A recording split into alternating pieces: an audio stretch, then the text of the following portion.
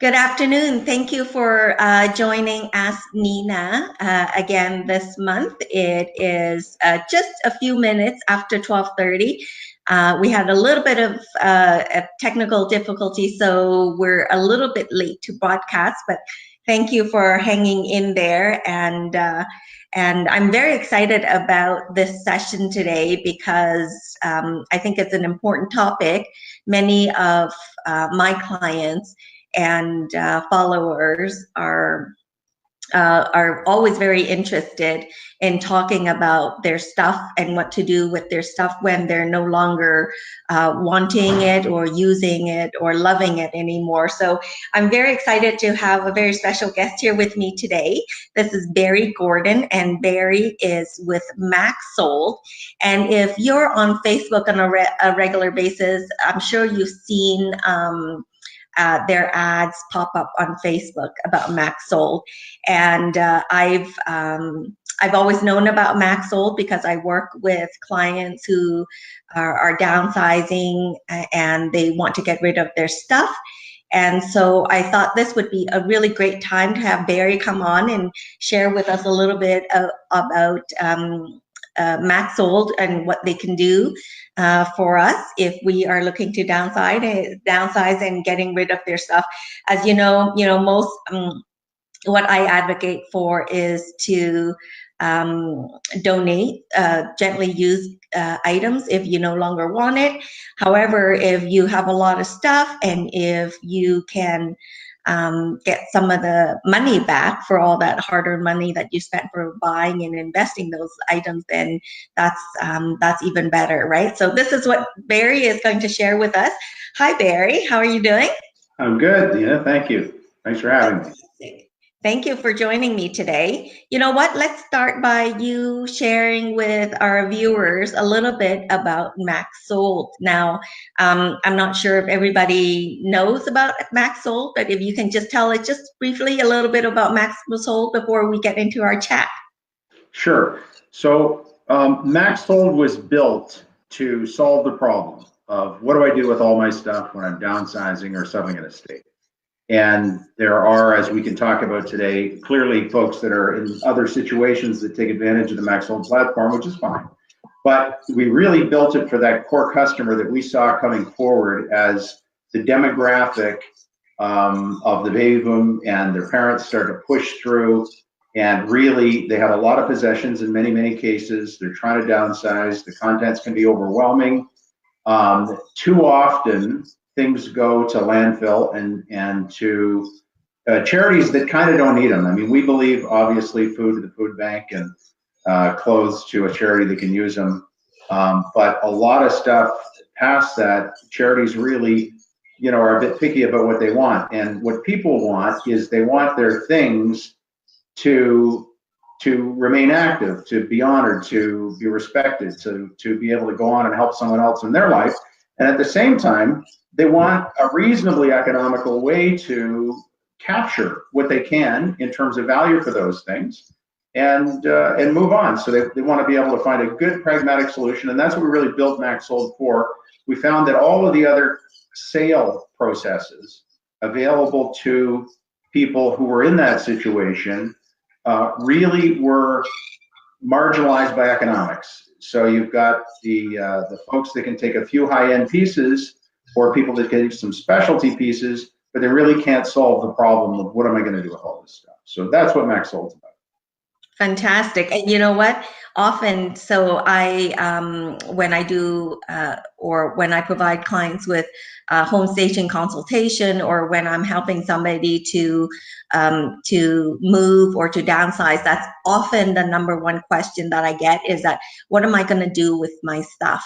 And I do talk about Maxsold as a solution often, but tell us about a little bit about how it all works. How does one get started with Maxsold?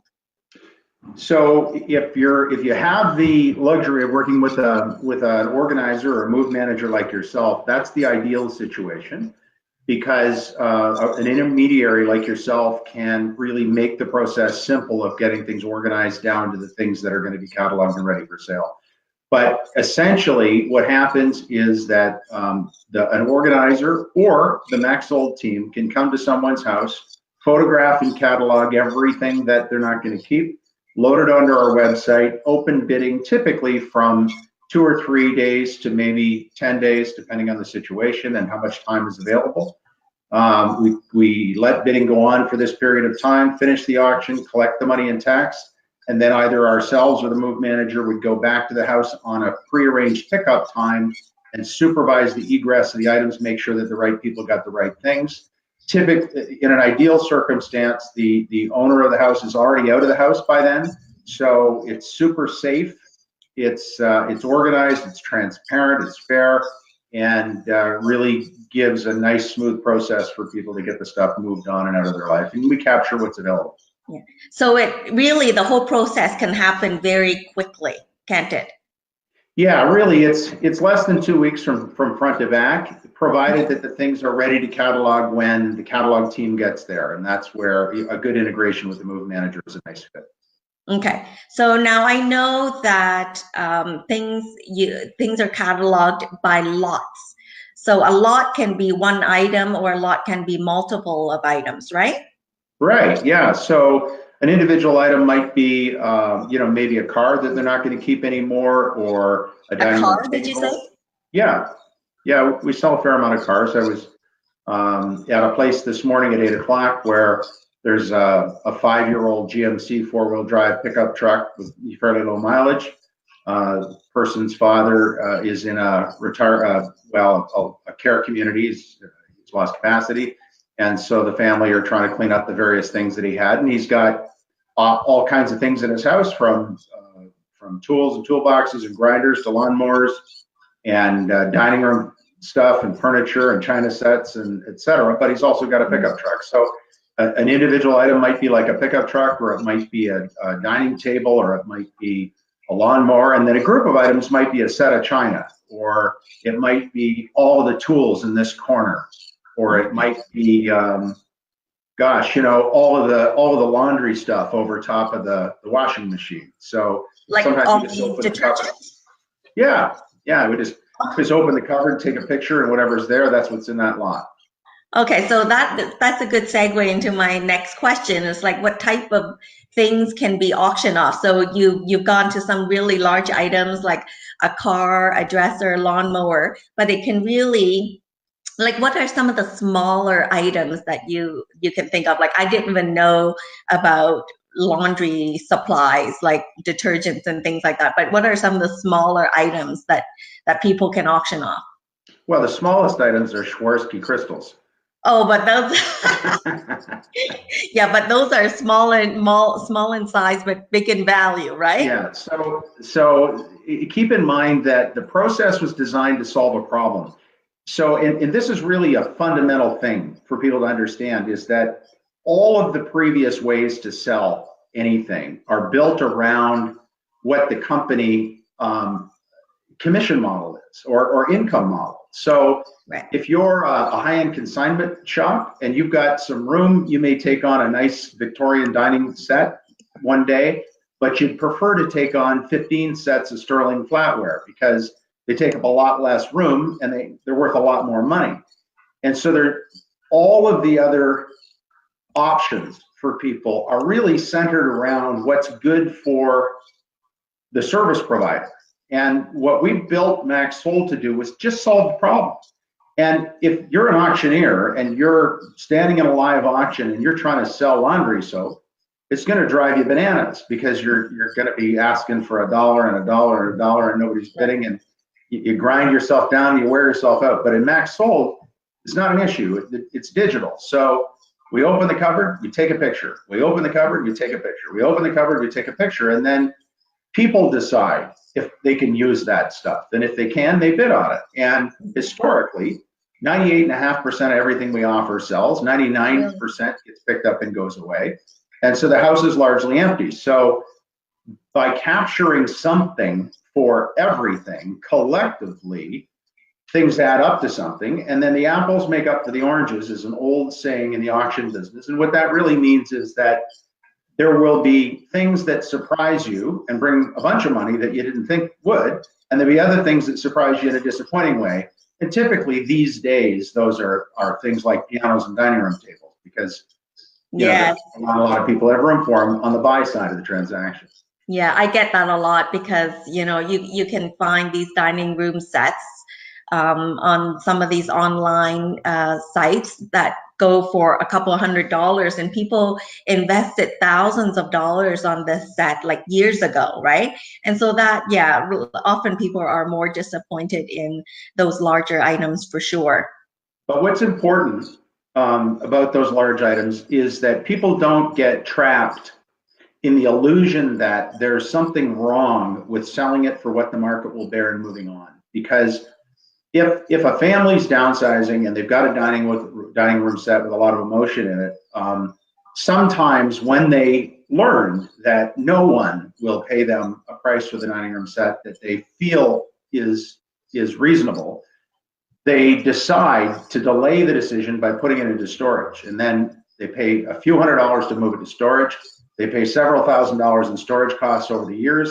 And the only thing that we can guarantee is that it will be worth less money when it comes out of storage than it was when it went in. So, It's so true. So there's no solution in that regard. So what we ask people to do is really just be serious. When you're downsizing, if it's something you can keep in your life and you love it, keep it. If it's something that someone else in the family is going to love and cherish and you want them to have it, then pass it on. If it's something that you love, but really it's done its time with you, it doesn't fit in where the rest of your life is, no one else in the family can use it, then the best strategy really is to cut ties with it and hope that someone else loves it as much as you loved it, and put it behind you. Yes, and really to put aside that emotional factor, or that the factor, like the mindset that you spent so much money on this set years ago, and that it should still be worth something. And people have a really hard time with that mindset, and they're trapped into it to your point where they will then store it for years, or force it on their children who really don't want it because it doesn't suit with their overall style anymore. Yeah. Yeah. So tell me a little bit about, well, not me, I know about it, but for our viewers, a little bit about your fee structure and how it works. So the fees essentially are 30% plus $700 if Maxsold is providing a full managed solution, which means that the Maxsold crew are going on site to photograph and catalog, and then they're going back on site to supervise pickup. That's the $700. Yeah, $700 plus 30%. For move managers, they can take on those responsibilities themselves and have their own billing structure with the client. And then the commission structure is a little bit more efficient for the client. And the economics, they're really apples and oranges. If you want a fully managed experience, it's a slightly different process, but 30% plus 700 is the full Maxsold experience. Okay, so given that, do people actually make any money at all at the end of it, whether they're using your full solution, which is the $700 and 30%, or using a move manager like myself, who then they're paying for a fee for, plus the 30% for your fee? Do they actually make money at the end? Like, how much stuff would they have to have in the house to sell in order to actually walk away with a little bit at the end? So there are a whole bunch of answers to this question. The first answer is, sir? It's an important one. People want to know. Yeah.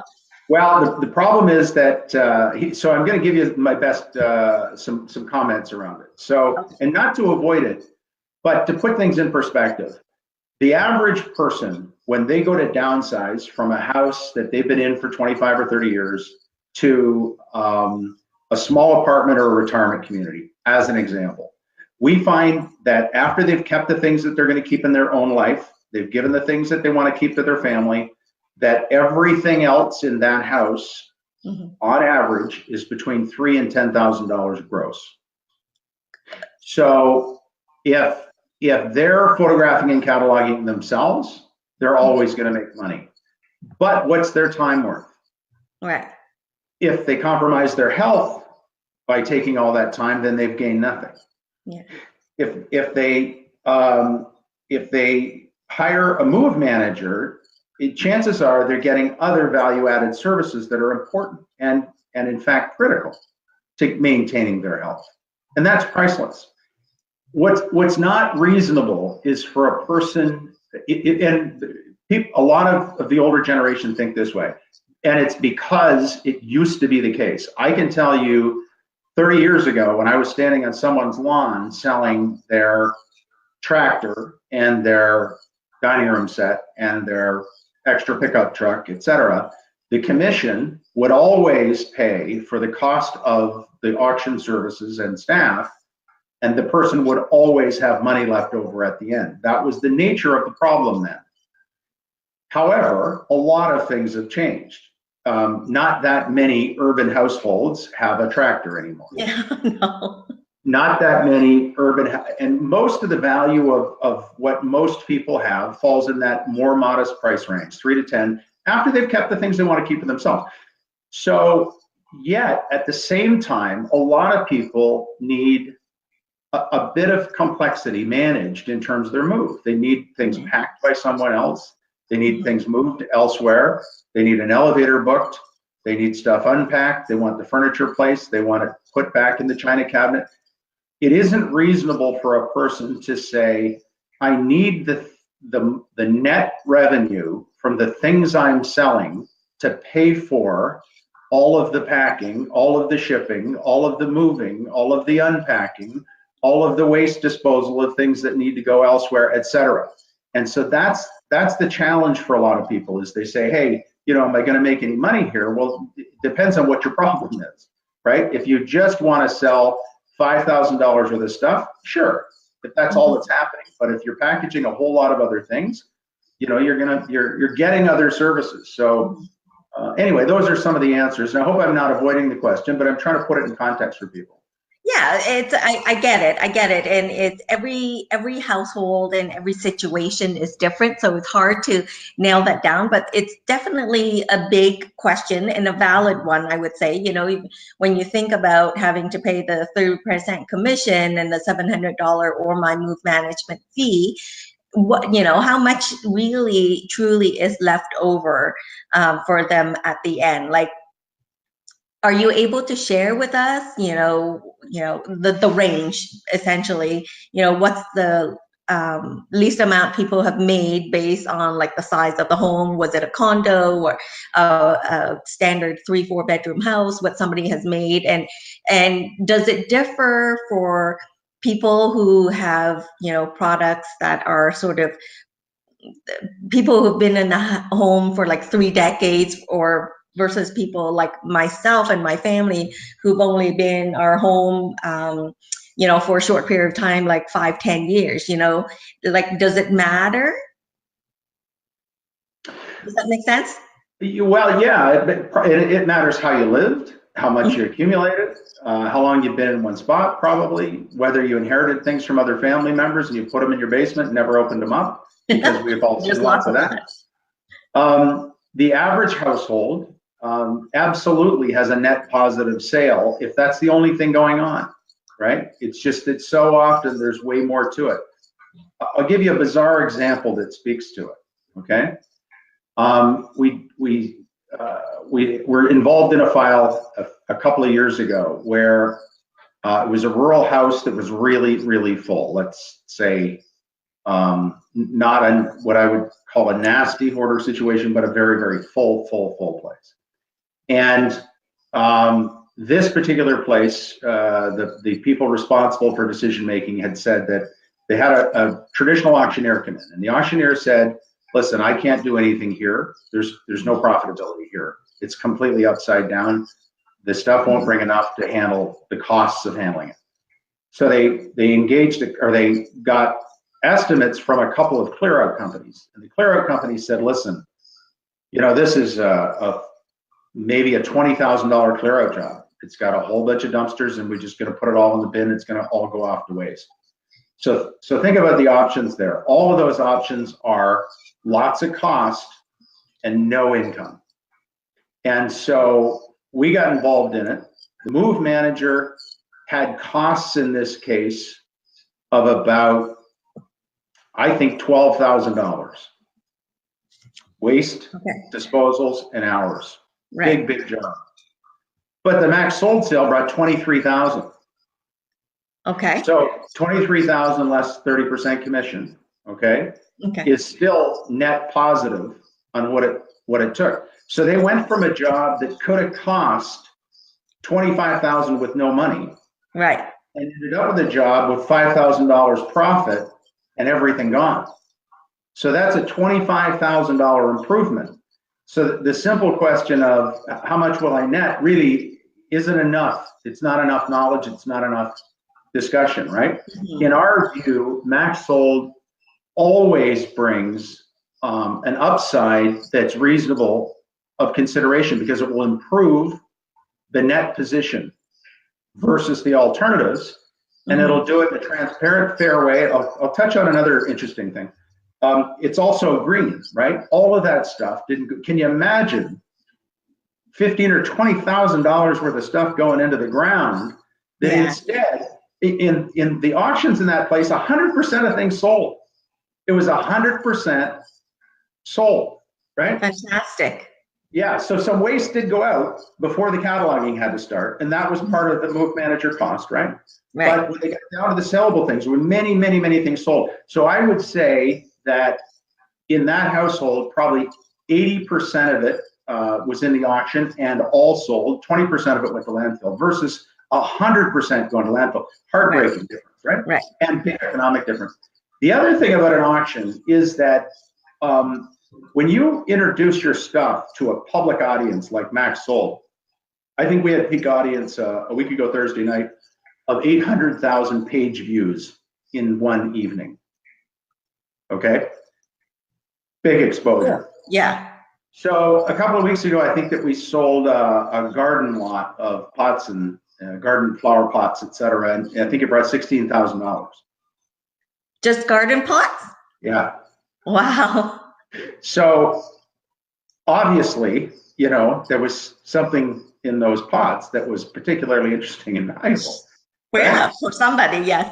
But the owner didn't know, the seller didn't know, right? But the audience knew. So collectively, that's one of the things that happens in a public event. And if that seller had just said, listen, just looks like a bunch of pots, if they looked at a lot of folks who are, you know, friends, family members, giving advice. I was talking to an 85-year-old lady the other day. She said, listen, we don't need to sell anything. I got it all in order. I'm making all the decisions myself. I got a couple of friends from the church who helped me out. I said, okay, what are they doing? Well, they filled that dumpster and they're filling one more soon, right? I'm thinking, listen, how do you know? Like, who's the one that knows what's going in there? Oh, well, you know, we know it's just all garbage. Well, I'm here to tell you, a lot of what people put in those dumpsters and unfortunately into our earth, you know, ought to be exposed to the public because some of it is, you know, is very interesting and lots of people want it.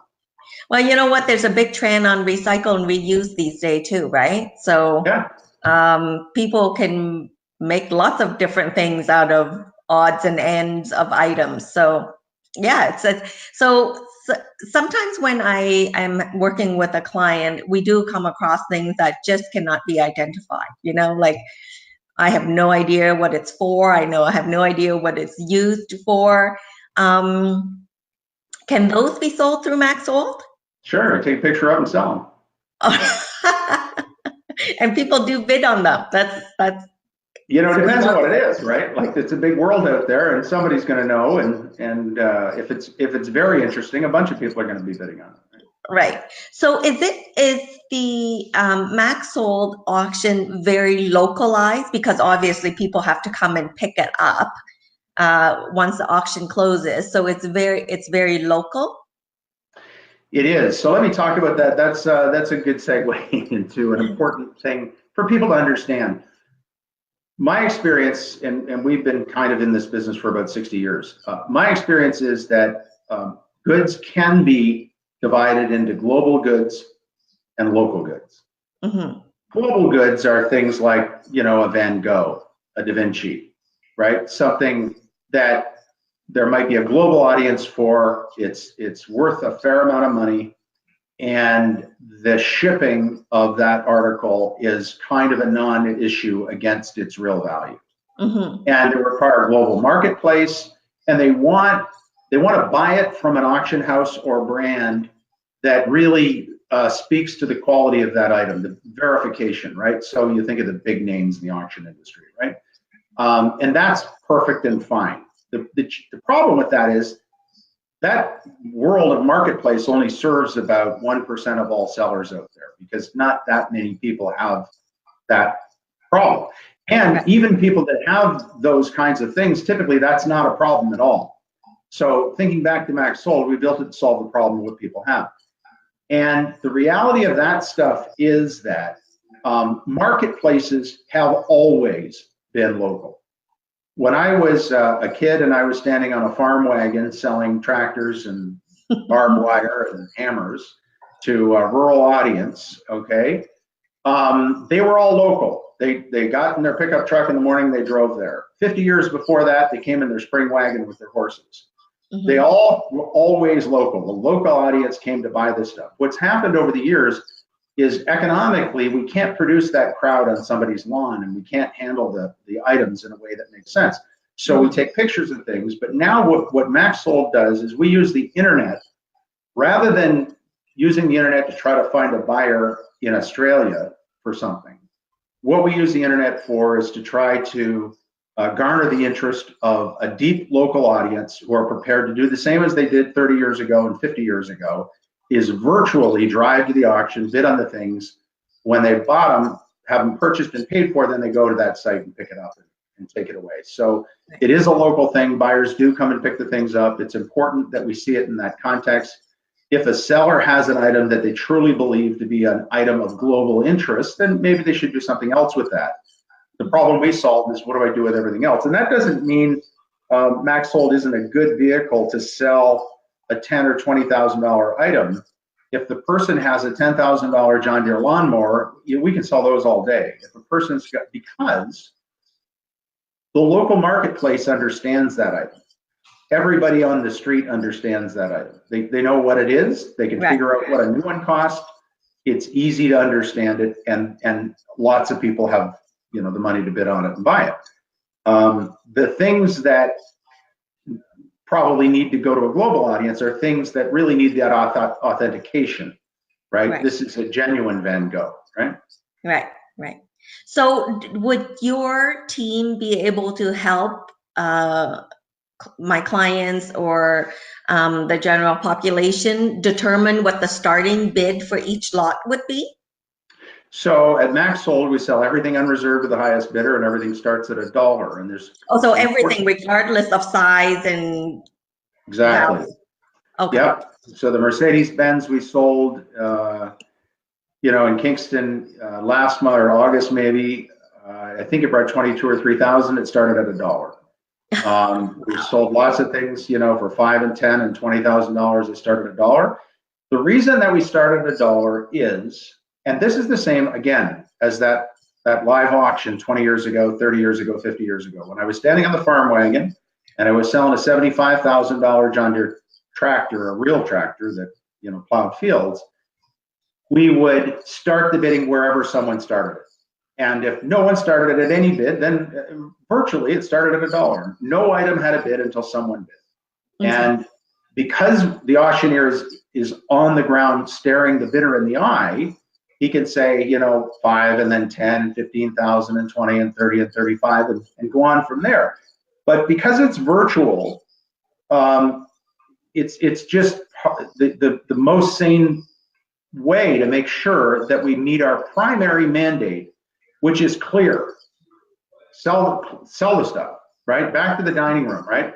The reserve bidder thinks, if I don't get $800 for my dining room, I'm not selling it. So they inherit the problem of, now you got to pay $300 to get it in storage. You're going to pay $10,000 in storage it's a disaster. So we say, listen, if it's for sale, sell it. It starts at $1. It sells unreserved to the highest bidder.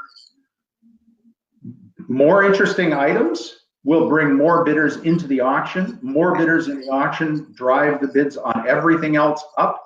It makes it a better net result for the seller.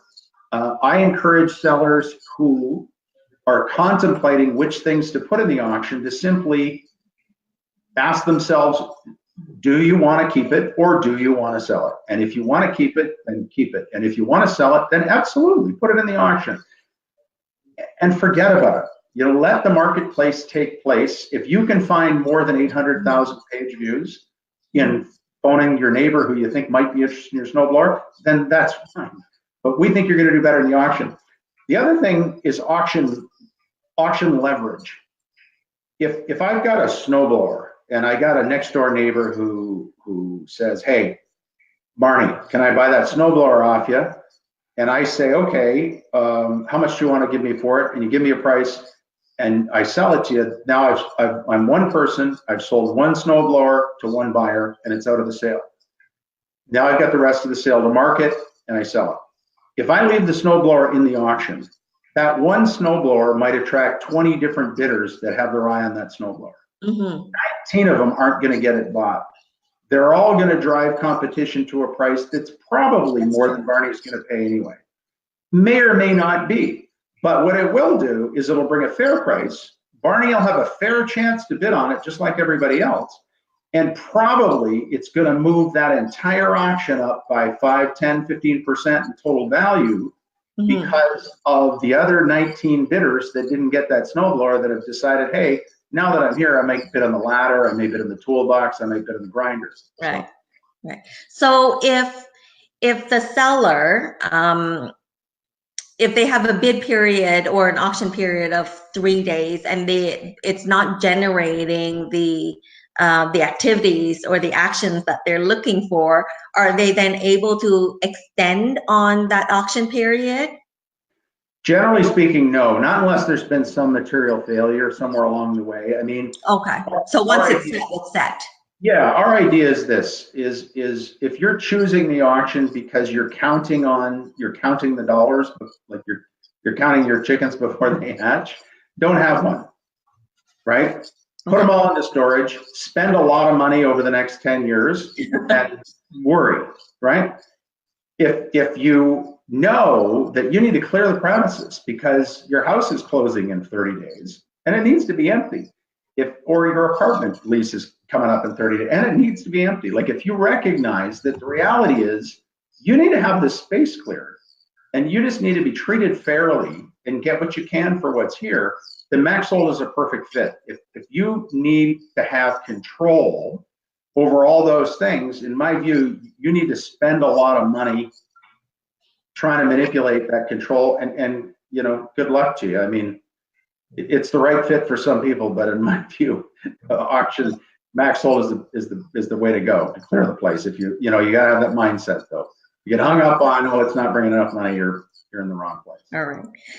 One last question for you. So why should people consider using the Maxsold solution as opposed to any other online buy and sell markets these days? Because there are many, right? There are many, many different online buy and sell places right now. So why Maxsold?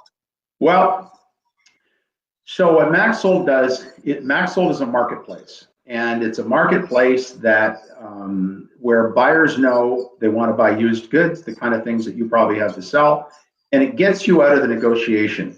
Most of the other processes, you either have to decide how much you want for it. Sometimes there's situations where strangers are going to come to your doorstep to make the takeover of the item. Sometimes you're not comfortable with the payment processes, etc. There are all kinds of solutions that were built for different reasons. In our view, I truly believe, because I haven't seen another product that was built for the reasons ours was built, and I can tell you, I know a lot about the auction industry over the last 50 years in North America. I truly believe we're the only organization that's purpose-built to solve the problem that people have, that it was built to be safe, transparent, finite, competitive, fair, and green. And it's a way that you can walk away from stuff. I've never been the kind of person myself in my own life that really enjoyed negotiating on something that I wanted to sell. If I had something I wanted to sell, I don't want to know about it. I'm happy. Let's just turn it over to the marketplace. Yeah. right? Let the market decide, and that's going to be good enough for me. I would argue that few other processes have as deep an audience and as relevant an audience as Maxsold. What I really like about the process is that, to your point, like it's very quick. It's and it's safe because it's in a very organized fashion, because the items are auctioned, bidded on, paid for, and the people who actually come to the house or the property to pick up the items are people who are there to pick it up because they've already paid for it and purchased it. So it's not like just anybody who is just wandering around or just curious. So I really like that part of the process. And I think for most downsizers, these are seniors, typically some of them are living on their own, so it's a very safe process. And if they're working with a move manager like myself, they don't actually even have to be physically there, and all the items can be all organized to be picked up in one day. So I think that in itself is a really great part of the process. Yeah, we have one other comment I'd make is transparency. If a lot of people these days are trying to help an other person through the decisions as a fiduciary, so power of attorney, daughter, son, nephew, niece, for someone older, and for a fiduciary, the transparency is unparalleled. Mm-hmm. Think about this for a second. We deal with a lot of clients that are their memory is maybe failing. It may not be as good as it used to be, and it's not going to be as good 6 months from now than it is today. And let's say your great aunt gets moved to a retirement community, and that's all fine and dandy. We sell all her stuff. 6-8 months later, she's calling saying, "Hey, somebody stole my teapot. I know I had a teapot and somebody stole it." And they're angry, and then they're telling people, they're telling everybody in the retirement community, I used such and such a person, but they stole my teapot. If you have any kind of a sale process that isn't transparent, you can't prove what happened to the teapot. Right. If Maxsold was the process, we gonna dig up the picture. We can show you how many people registered at the auction, how much was bid for it, how many people bid on it, et cetera. Right? So it's nice and robust and transparent.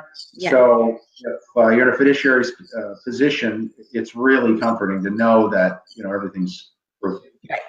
And so just to elaborate a little bit more on one last point, if the items that are left over that are not sold, your team does come and remove it all. Is that part of the $700 fee and the 30%, or is that extra? So Maxsold actually does not do that. Maxsold is just a sale process. Okay. We do sell on average 98.5% of everything we offer, and 99% gets picked up and goes away. So the volume of any problem is typically very small if you use the Maxsold process. Okay. But if there's an old sofa that the cat kind of ruined and nobody bid on it, then if you're working with a move manager, they'll get rid of it. Okay. And if not, you can phone a waste pickup service to come and get it. All right.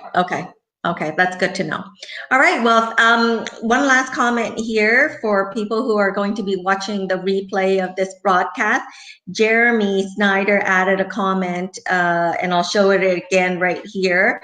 He is saying that Maxsold has a tool, I guess, for you to see what the items have sold for in the past, so that as a comparison point, so that if you are thinking of putting your dining set table up for auction, what you can potentially expect for it. So that's a pretty good tool to see.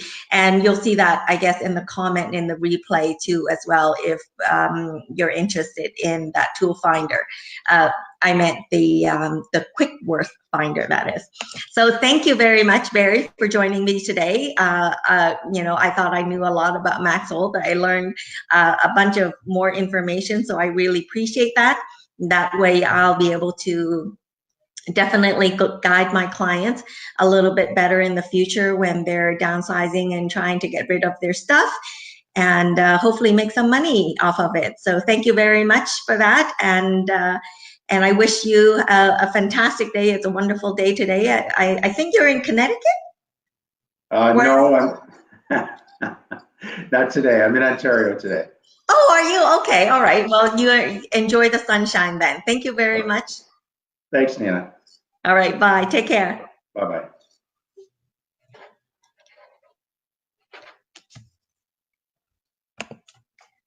How was that, Barry? Yeah, it's good for me.